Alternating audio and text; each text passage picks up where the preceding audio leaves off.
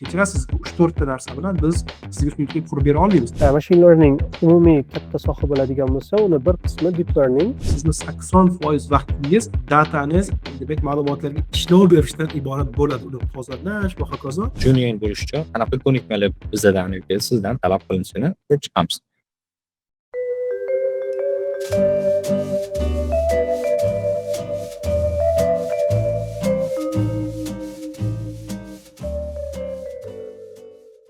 Bizda hozircha O'zbekistonda MLOps bo'yicha mutaxassislar juda kam, ochig'i juda kam. MLOps o'zi vazifasi nima deydigan bo'lsak, siz AI injener tomonidan yaratilgan modellarni u productionga deploy qilib berish, ya'ni modellarni scalable qilishi va hokazo shunga javob beradigan vazifa hisoblanadi. Ya'ni data engineer. Data engineer haqida ham manimcha bilasizlar. Data engineer bu AI injener tomonidan ishlab chiqarilgan modellar uchun ma'lumotlarni to'g'ri formatda yoki integratsiya qilib ma'lumotlarni to'plab beruvchi, normalizatsiya qilib beruvchi va hokazo shu kabi vazifalarni bajaruvchi kasb egalari data engineer hisoblanadi. Va undan tashqari hozir O'zbekiston bozorida unaqa talab yuqori bo'lmagan sun'iy intellekt sohalari ham bor. Ular qaysi deydigan bo'lsanglar, masalan, bu yerga reinforcement learning bo'yicha agar o'rganadigan bo'lsanglar, bu faqat bularning asosiy vazifasi bizda hozir rivojlanmagan, sababi ehtiyoji yo'q, bozorda hozirgi kunda talab yo'q.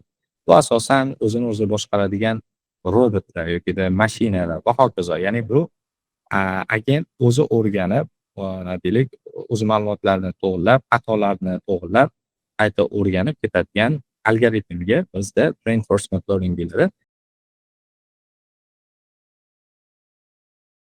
Oddiy misol, shovqinli ma'lumotga juda tushunarli misol bu audio bilan ishlagandir. Misol uchun biz bu hozir loyihamiz uchun 2000 soat audio yig'ayapmiz va bu 2000 soatni masalan biz audioni olganimizda uni tekshiramiz. Odatda 40% shovqindan iborat bo'ladi. Lekin bu audio ichida nima bo'ladi? Masalan, jim turgan joylar bo'ladi. To'g'rimi? Yoki orqada fonda qanaqadir musiqa bo'ladi, keraksiz. Va hokazo, ya'ni ko'p keraksiz. Bizga asosiy masalan sizning nutqingiz kerak, gaplashgan joyingiz kerak. Nutqni o'rniga qo'shimcha qanaqadir shovqinlar bo'ladi va ko'pincha bizni audiomizning 40% mana shunday musulga chiqib qoladi. Xato ma'lumotlar keladi ko'pincha. Vaqt noto'g'ri qo'yilgan, sana noto'g'ri qo'yilgan, umuman ma'nosi ism tushib qolgan yoki ism kiritilmagan yoki noto'g'ri kiritilgan, noto'g'ri yozilgan, bunaqa ma'lumotlar ham ko'p bo'ladi va bularni ustida ishlash ham ko'p vaqtingizni oladi va yana juda ko'p tushadigan muammo anomal qiymatlar. Anomal qiymatlar degani, misol uchun mana biz data science kursimizning ichida bir loyihamiz bor. Biz uylar narxini tahlil qilamiz. Mana shu yerda ko'rishingiz mumkin, masalan, uylarni xonalari ko'rsatilgan. Bir xonali uy, ikki xonali uy, uch xonali uy bo'ladida, ba'zida qarasangiz 77 ga chiqib qoladi. Tabiiyki 77 xonali uy bo'lmaydi. Yoki kvadrat metri masalan, qarasangiz kvadrat metr masalan 50 kvadrat metr, 100 kvadrat metr, 200 kvadrat metr bo'lib turadi-da, birdaniga qarasangiz 5 million chiqib qoladi. 5 million kvadrat metrli uy tabiiyki bo'lmaydi. Siz mana shunday qiymatlarni topishingizga to'g'ri keladi. Bular oson bo'lmaydi.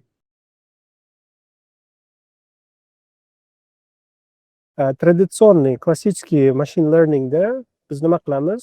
Berilgan ma'lumotdan kelib chiqib turib, biz o'zimiz qo'limizda feature extraction qilamiz. Feature extraction degani bu kerakli bo'lgan xususiyatlarni ajratib olish va bu ajratilgan xususiyatlarni keyin machine learning modeliga kiritib, har xil turdagi vazifalarni bajarishimiz mumkin bo'ladi. Deep learningda bo'ladigan bo'lsa, biz inputni beramiz va kirayotgan ma'lumotni, demak, modelni o'ziga beramiz. Modelni o'zi avtomatik tarzda o'ziga kerakli bo'ladigan xususiyatlarni ajratib olish imkoniyatiga ega bo'ladi.